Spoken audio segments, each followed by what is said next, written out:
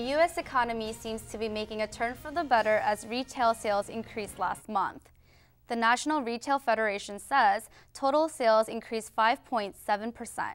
Department store sales rose 1%, retail trade sales rose about 8%, and automobile sales rose 7.6%, totaling $350 billion. The National Retail Federation is expecting another increase in sales during the months of November and December. Apple's much-anticipated iPhone 4S was released last Friday to long lines of buyers.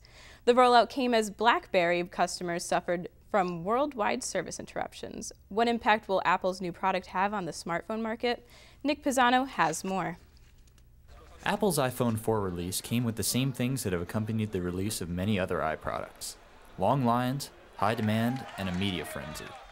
It came as no surprise to Apple fans when the company announced this morning that it had sold more than 4 million of the new phone in just 3 days. The sales doubled the release of the iPhone 4 in summer 2010. These big sales numbers come during a rough week for BlackBerry users. Server issues at parent company Research in Motion left users across the world without email or internet service, some for days. So is this the last straw for BlackBerry users? Zachary Pritchard, manager of SOC's Computer Labs, doesn't think so.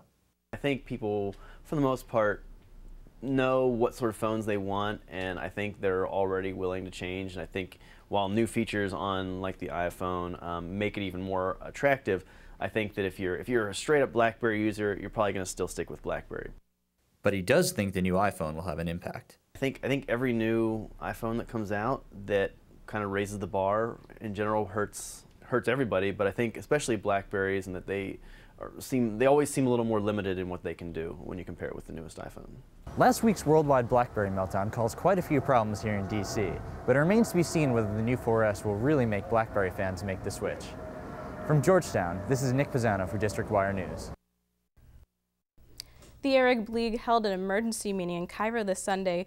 The League's Secretary General Nabib El Arabi says Syria's government and opposition groups will be joining together within the next few weeks to end the violence in the country.